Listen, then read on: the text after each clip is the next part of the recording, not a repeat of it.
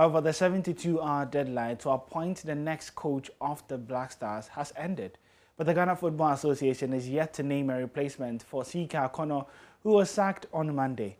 Serbian coach Milovan Rajevac is a front-runner for the job, but astute sports journalist Karl Tufuoh wants the job to be given to a Ghanaian instead.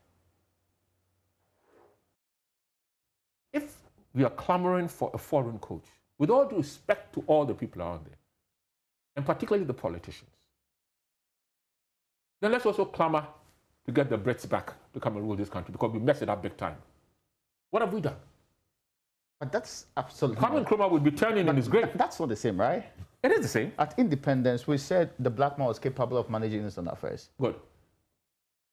So why the Black Stars, you don't want that? The black man, I'm quoting you, the black man is capable of managing the affairs, Kwame Nkrumah. Yeah. So why won't you allow him to continue? But it's not the evidence that shows that clearly they have not performed. The evidence shows that anytime we've won medals, with the exception of Utufitsa, and that's because of the age factor, let's not run away from it. With the exception of Utufitsa, it has always been a local coach. That's the record. African Nations Cup, Under 17 World Cup, Under 20 we got to the final, or Samdodu. Olympic Games, Samadi. Let's not run away from it. Can you situate that history in the performance of the very gentleman we are discussing today? Sika Kono's performance was, according to many, that is why I have, was substandard. That is why I have not, up to the task. That is why I have not argued with anybody who would argue on that perspective. Performance has not been the best. I concede that.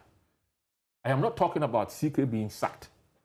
I'm talking about who are you going to hand it over to? Give it to a Ghanaian. That's all I'm talking about. Doesn't matter. Shouldn't we just look for competent people regardless where they come from?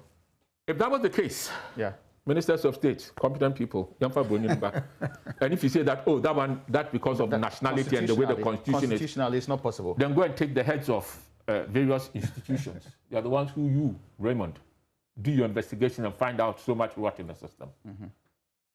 But honestly, on your Brunei, it's not the white, it's not, that one doesn't say it might be, so why don't you bring the whites there? And they'll run it competently. That's the only argument I'm arguing. That's my point. I think that. But should race matter? Should the person's race... Race should not matter, but it should be a Ghanaian. Because we have Arab Ghanaians. Okay. We have white Ghanaians. It should be a Ghanaian. So that should be the prerogative of a Ghanaian as far as I'm concerned. So today, if you look at the availability that we have in this country, the people, the competence and the standards we have in the country today, can we get somebody who deliver that kind of results and the targets that was given to? Can I behave like a typical Ghanaian in answering that question?